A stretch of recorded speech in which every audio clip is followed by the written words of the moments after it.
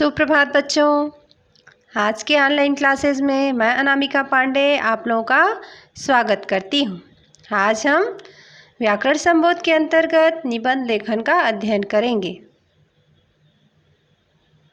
निबंध लेखन, इसे हम अंग्रेजी में एसे राइटिंग कहते हैं। निबंध अंग्रेजी शब्द एसे का पर्याय है। निबंध शब्द नि उपसर्ग और बंध धातु से मिलकर बना है, जिसका शाब्दिक अर्थ है ठीक प्रकार से बंधा हुआ। इस प्रकार किसी विषय पर क्रमबद्ध ढंग से प्रस्तुत किए गए विचारों एवं भावों को निबंध कहते हैं। निबंध के अंग, मुख्य रूप से निबंध को 3 भागों में बांटा गया है, जिसमें पहला है भूमिका। इसे हम प्रस्तावना भी कहते हैं। यह निबंध का प्रारंभिक रूप है। इसे निबंध का प्रवेश द्वार भी कहते हैं। यह छोटी, सशक्त और रोचक होनी चाहिए, क्योंकि प्रारंभ अच्छा होने पर ही पाठक की रुचि पूरा निबंध पढ़ने के लिए बनी रहती है। दूसरा है विस्तार। इस भाग में विषय के समुचित विकास और विस्तार पर बल दिया जाता है। इसमें क्रमबद्धता, व्यवस्था, मौलिकता आदि को ध्यान में रखना चाहिए। विस्तार जो है, यह निबंध का मध्य भाग है। तीसरा और अंतिम है उपसंहार, जिसे हम निष्कर्ष भी कहते हैं। इस भाग में आरंभ से अंत तक का संक्षिप्त विवरण और विवेचन होता है। वास्तव में यह निबंध का सार होता है।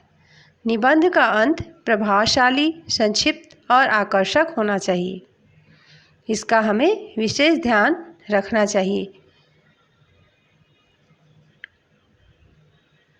निबंध के प्रकार, विषय की दृष्टि से निबंधों के 4 प्रकार हैं, जिसमें पहला है वर्णनात्मक निबंध।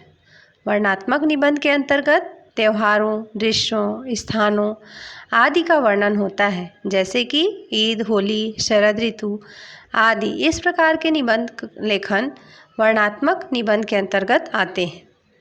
विवरणात्मक निबंध, इनमें किसी घटना, उत्सव, व्यक्ति आदि का परिचय होता है, जैसे कि विद्यालय का वार्षिकोत्सव, महात्मा गांधी के ऊपर निबंध।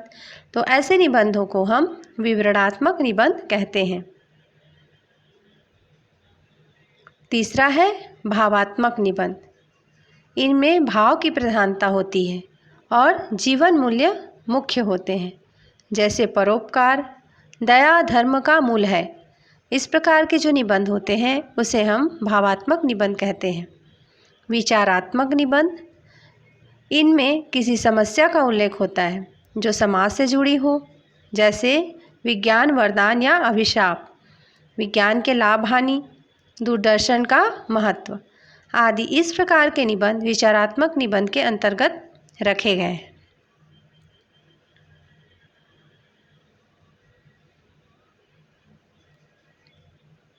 तो आज की क्लास में बस यहीं तक। आज के क्लास में हमने निबंध किसे कहते हैं, निबंध के कितने प्रकार होते हैं, निबंध को कितने भागों में बांटा गया है और निबंध किस प्रकार से हमें लिखना चाहिए, निबंध लिखते समय हमें किन बातों को ध्यान में रखना चाहिए, इस पर आज हमने चर्चा की। अब इसके बाद दूसरे वीडियो में हम फिर मिलेंगे, जिसमें आपको निबंध समझाया जाएगा। धन्यवाद।